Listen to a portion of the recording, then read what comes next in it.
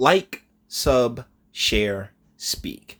So earlier today, a content creator called Black Pigeon Speaks released a video about apparently another creator called ContraPoints and how he went woke. I'm not familiar with his content or anything else like that. But at the start of his video, he displayed a demonstration that I really want to get into and I feel is worth discussing. Like his video wasn't about this demonstration, but I really want to talk about it. And another thing, I really can't recommend enough that you go check out his channel. I might leave a link in the description. Don't quote me on that. Because he does tons of videos on Western civilization, globalism, and I really appreciate his opinion and his perspective. And I can't suggest you go check him out enough. Now, let's get into this demonstration because I found it to be utterly hilarious and worrying all at the same time. Lego. I check. We choose to protest. Male supremacy. Okay, so we're this wasn't even a few seconds in. Male supremacy. Oh man, here's something that I find utterly hilarious is this idea that there's been some sort of huge conspiracy to keep women down and keep women oppressed. Well, I'm sorry, darling. You want to talk to your creator or the creator, however, Allah, God, John Smith, whatever your deity of choice, you might want to have a conversation with them. Because here's the thing. When it comes to a lot of the, I guess, milestones that humanity has achieved, somebody had to think of it. Somebody had to do it. And we're talking about so long to get to where we're at right now that if you were born in the year 2000, you're just like, oh, well, this just seems super unfair because how come a woman has never done this, that, or the third? Deal is that someone has to think of these things first, and it just so happens the majority of things that get thought of first, the guys can facilitate. The guys have a better time facilitating. But one of the things that is fantastic about living in the year 2019 is that if you want to go and participate in these things now, the opportunity is there. So, like I say a lot, if this is a patriarchy, it loves its daughters because we make sure that the opportunity is there for the ladies now that they want to, no matter what, if they have the capacity, and in a lot of cases, standards are lowered. But if they have the capacity to, compete at that lower standard, then, by all means, knock it on out. But even then, there was a story that came out about a female firefighter who couldn't pass even the lower standards and still demanded to become a firefighter because, oh my goodness, it was her dream. It's crazy. Not give it a platform. Christina Summers. Okay, so she doesn't want to give male supremacy a platform.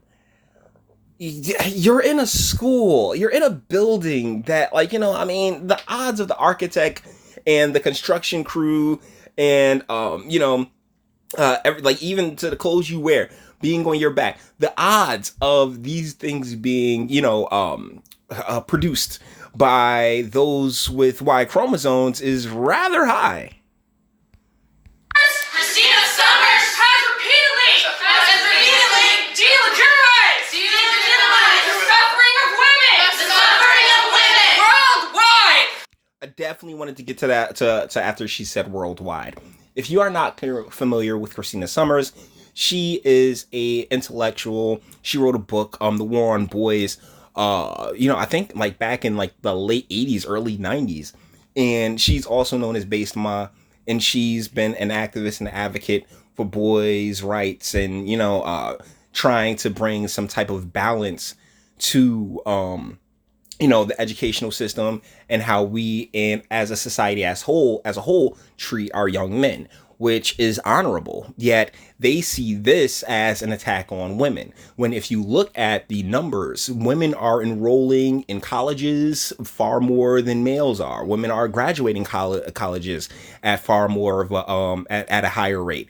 Now, a big part of that is because as men, we're more logical creatures. So if I can go to a vocational school and learn a trade and make, $150,000 as opposed to having to go to a school and toss out like, $200,000 and be forced to pay that back, then, one seems a little bit better for me. So I hate to like, I feel like there's a level of capitalism that really falls in line with all these numbers, because the more females that you got going in here, going into the educational system, the more people, the more those student loans that are gonna pile on, and you end up to where we are right now, where you have I don't want to say trillions, but at least billions of dollars in student loan debt.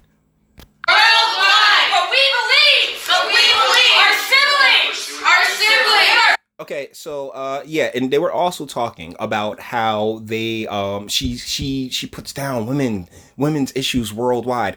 Ladies, shoot on over to Qatar, shoot on over to the Middle East, go on to Saudi Arabia and all these other places and fight for their rights. Go to Libya. There's still slaves in Libya. By all means, shoot on over there and fight for those rights if you're really serious about it. Here in the West, we go above and beyond to try to, when we see a wrong, we actually try to fix it, as opposed to these other nations who don't even feel like they're wrong in the first place, who don't see, suffering and be like, what, hey, it is what it is. Like, oh, what happened to your wife? She got stoned to death. They beat her with stones. Well, what did she do? As opposed to, oh man, that sucks. Comrades and our comrades. Women are not liars with victim mentality. Hashtag not all right. And another thing that they had touched on as well, I don't know if you heard her, but she called them comrades. This is like the mindset of communism, the mindset of, and socialism, which is communism's more government centric little brother. I'm telling you, it's been allowed to permeate because the Cold War has been, all over on paper for a very long time, but bad ideology is bad ideology, and they're going to keep trying to press that forward. Liars with victim mentalities. Rape culture is not a myth. Rape culture is not a myth. I gotta say, a little bit, kinda, because here's the deal. Not like, as men, we've been conditioned to be far more docile and far more accommodating to the lady, accommodating to the female's needs. It's not like it was back in the day, like 50 years ago. Shoot, that was just a bad date. Forced entry was just a bad date. It is what it is. And even before that, caveman days, knock upside the head, drag into the cave. So we've evolved, and instead of appreciating that evolution, you got all these people just like, oh my goodness, we're so oppressed and we're so hurt and all these other things, when real talk, your choices are your own to make. And I personally hope people make good ones. Microaggressions are real. Yeah, I'm gonna say no, they're not. Here's the deal. If you take offense, that's on you. Offense is always taken, is never given. That falls on you and your own neuroses and your own narcissism in a lot of cases. Or when it comes to, the sexes intertwining and intermingling, who the hell knows? It comes to attention. It comes, like, there's a story of a young lady who accused a couple of, football players of forced entry, when in reality she was trying to catch a DP. But the guy that she really liked, the one she wanted to, like, the sucker she wanted to tie down, she didn't want him to know she was all game for the DP. So she lied on the two ballers. So let's be real, like, all these situations are individual. It's one person at a time. It's one circumstance at a time.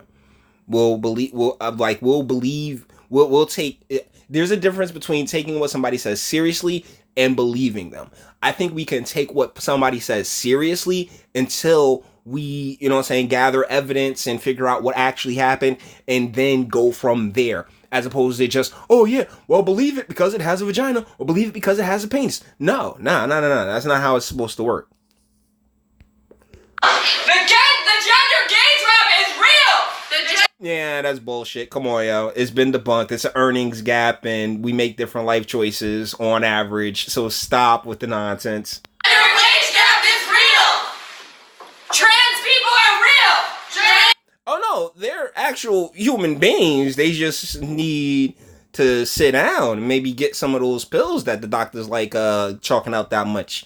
If you got that much going on with you. Once again, I have to defer to the creator because, you know, as far as I'm concerned, no mistakes were made. You know, mistakes don't get made. You deal with things as you just get a curveball every here and there. As far as, oh man, I ain't what I'm supposed to be. It's not a mentality that I can particularly equate. So my assumption, my advice would be, hey, you know, sit down with somebody and talk these things out, these things through. People are real. Trans lives matter. Trans lives matter. I agree. All lives matter. Oh, what? How dare he say all lives? Because they do. I don't want to see anybody hurt. I really don't. But I also don't want a system in place that is so damn exploitable where, oh my goodness, well, I can just make myself a victim and I can destroy somebody else's life in the blink of an eye. You know, a lot of people like to talk about cancel culture, but this is, I believe that it's actually quite a bit deeper than that because these things have been going on since long before that. I mean, with the introduction of HR departments and all these other mechanisms in which are designed to say, hey, you know what actually happened doesn't matter. It's our company can't afford to mess with you, so you know, screw you and be on your way. Black lives matter. Black lives matter. Once again, I do not disagree because all lives matter. I want everybody to be okay, especially those within my tribe. But the deal is that once again, I know that a lot of the sentiment can be exploited, and that's something that we really have to check for. Like, it's one thing for you to, you know, be in some hardships, you to have some issues, but it's another thing for you to use that as a crutch. Yeah. Okay, trans. We can't leave. So, are you done? It's okay. I gotta say, I would be insanely pissed if I were in this class and I was just trying to get my education. Like, I would be feeling some kind of way because me personally, I'm the type of person that likes to be done as quickly as possible, particularly when it comes to educational settings and pardon me, and educational settings and professional settings. I believe that, hey, like, you know, there shouldn't be that many questions. Everything should be nice and smooth. Let's go get it, right? Let's go on out in the world. Let's affect something. And you always got these people who just can't keep up.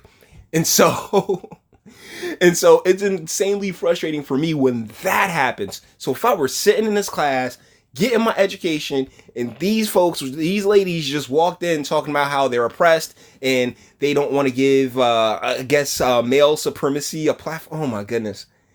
There's this movie called PCU. It stars Jeremy Piven, P-Funk, George Clinton, and Parliament Funkadelic. They're in it. And I'm telling you guys, it is an amazing watch. You have to watch this movie because it really, like, this is literally the type of nonsense that they were talking about. And this movie came back when it was out back in, like, you know, I think early 90s. So, oh my goodness. Okay. What side are you on, friends? What side are you on? What side? And they start with their songs. What side are you? Yo, oh my goodness, one of the arguments, like whenever I'm arguing, and I don't argue often, but whenever I'm, actually I don't argue at all, I'll have a back and forth with you for a little bit, until I just say, screw it, I'm not really interested in digging deep and going as hard as I would have to go in order to, break the mentality of this person who's just like, addicted to the victim addicted to that victim narrative. But yeah, one of the things I say often is like, look, ladies, deal is that you're standing on the shoulders of giants right now. And if that giant decides to shrug you off, then you're going to come down to a terrible tumble. I mean, we've done, like, no one wants to see you hurt. No, like, and it's in that spirit that, you're in this college now where you're encouraged to go out and, get your education, get a job, and, be a super successful woman and price yourself out of the sexual market. So, so like, yes, they're like that, it's there for you. No one's stopping you. No one's denying you. How many women started a Fortune 500 company? A half of one. Okay. I think like, yeah, two halves. Yeah, it was like two half of women started a Fortune 500 company. Whereas now there's like over 30 or 40 female Fortune 500 company CEOs. Do you see what pardon my French, guys. Do you see what I'm saying though? Like, it's like the opportunities are there. So to sit there and spaz is just, you look ridiculous. I gotta say, you look rather ridiculous, particularly when you start chanting. And like, oh my goodness, Christina Hoff Sommers is right, man. She really is in a lot of things that she says, because our educational system is geared towards young ladies as opposed to young boys, and those are the cracks that everyone speaks of when it comes to educational systems, is that it's not even geared for the young men. It's geared more towards the feminine. And then we look at the dainty energy that a lot, and I'm talking about just an 85% of those born after 1995 emit. And it's like, wait, what's going on here? What happened? So yeah, guys, this is why I can't help but feel like this might be a portion of the reason why young men aren't going to college and the rates that they used to, and also a portion of the reason why the suicide rate for young men is up as well, is because they're constantly being told how by the mere act of being that there's something inherently wrong with them, which is nonsense and bullshit, because that's the energy that built this world in the first place. At least that's my opinion. Let me know yours. So with that being said, we're going to bring this one to an end. All the internet stuff. If you liked it, toss it a like. Dislike, yeah, go ahead, do that too. I ain't scared of you. Sub if you enjoy my fantastic voice and want to get videos like this every single day. Share, because sharing is caring, and YouTube and BitChute, they ain't really feeling it like that. And speak. Let me know, what do you think in the comments? I mean, and I actually know teachers. I talk to teachers. I spend a lot of time with those within the educational realm, and they admit to me as well, like, this isn't really geared toward like what they're teaching and what they have to endure as the teachers. It doesn't do much as far as translation into the kids, like, it's just more for checking boxes and state stuff. And I think that the educational system, like, just in general, has become an unwieldy beast that is damn near impossible to tame with the advent of charter schools and the like. But I really would like to know your opinion on all of this in the comments. And until the next one.